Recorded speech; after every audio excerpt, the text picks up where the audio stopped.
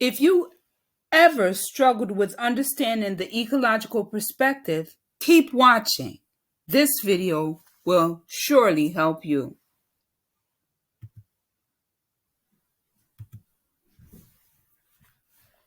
Social work has borrowed from the ideas of Uri Bronfenbrenner in its formulation of the ecological perspective. Bronfenbrenner was a developmental psychologist. He pushed his profession further away from a sole behavioral explanation of the individual or a concentration on ways people are failing in terms of their behavior toward a perspective which promotes a deeper understanding of the environment in which people are embedded and how it may be impacting their behavior. Professionals, such as social workers, therefore learn that it is not just human behavior that is important in making an assessment of the individual, but also an assessment of the social environment or the context in which the behavior unfolds. So, what is the social environment?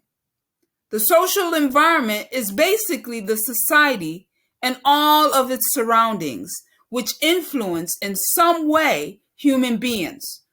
This can include our relationships, institutions, culture, and physical structures. Now let's look at each system, which represents the social environment in the ecological perspective. The social environment is basically divided into 4 different systems. These are the microsystem, which is the smallest, meso is next, exosystem, and then the macrosystem. Systems are nested within each other and they exchange energy or they transact between each other to impact the socialization and development of each person in society. Cabrera and Cabrera helps us to understand this concept of systems better with the acronym DSRP. D stands for distinction.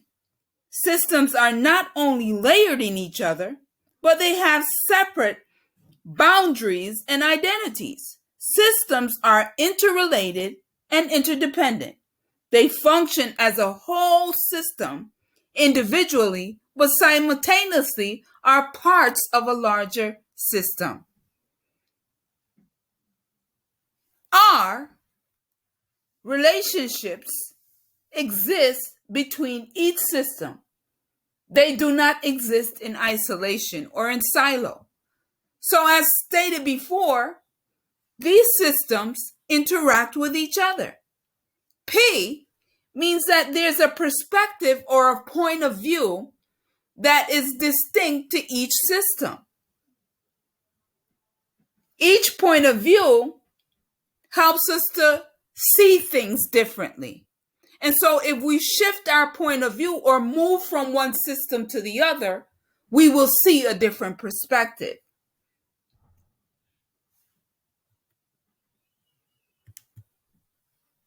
These are the underlying assumptions of the ecological perspective. First, it is a holistic view of groups and individuals, which includes an examination of the environment. Second, there are multiple protective and risk factors for development which can impact people's behavior in a positive or negative way. Third, risk to development can come from both direct threats and or the absence of opportunities for development. And fourth, protective factors help explain and predict good forms of adaptation in the face of adversity.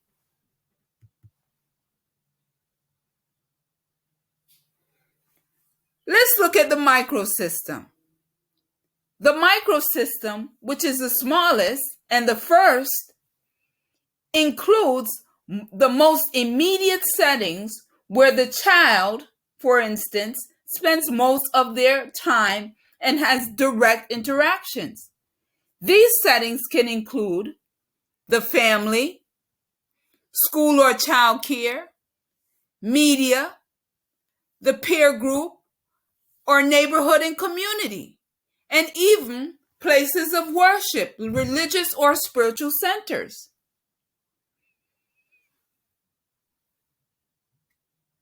The microsystem, it is important to understand, should be a gateway to the world and not a locked room.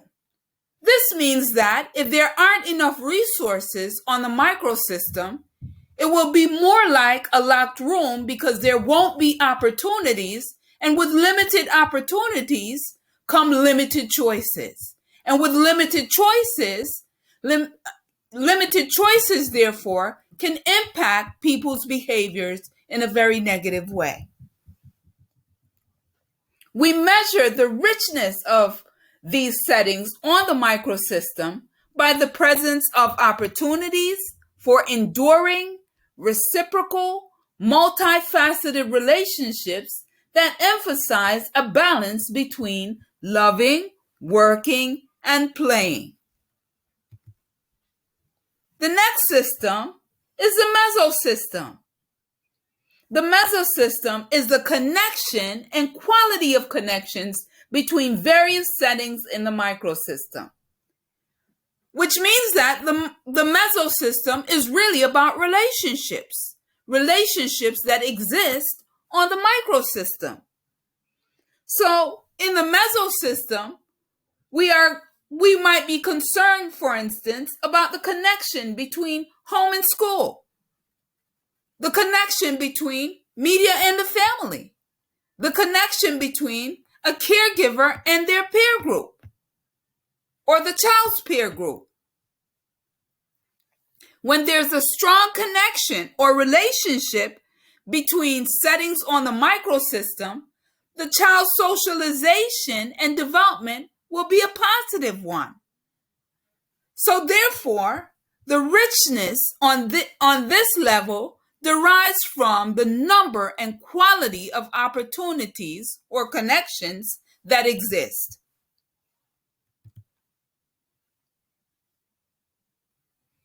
The next system is the exosystem.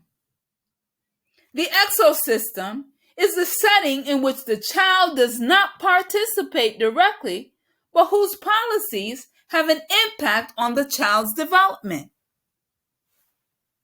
Examples of these kinds of power centers include the caregiver's employment, state and municipal laws and policies or rules, school board policies or rules, social service programming, whether they exist or not, and or general policies, all of which may impact the child in a negative way, but none of which the child interacts with on a direct basis. So therefore, risk can occur in two ways on the exosystem. When a child's adult caregiver suffers in a way that trickles down and degrades their behavior toward their family or the child in a microsystem, or when the decisions that are made in these power centers have a direct impact on the child through the parent.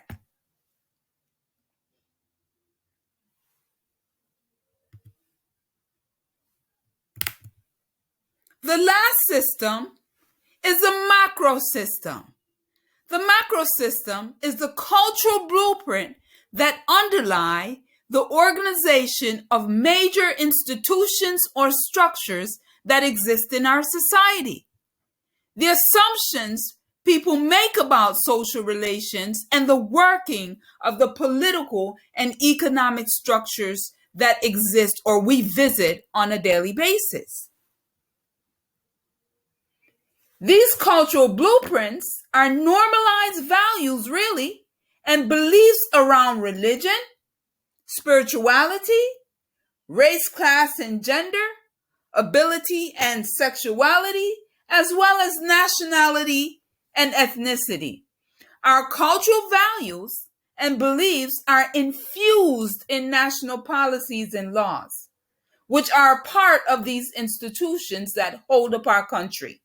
So if our values and our beliefs are detrimental to specific groups, then so will our policies be detrimental to these same groups.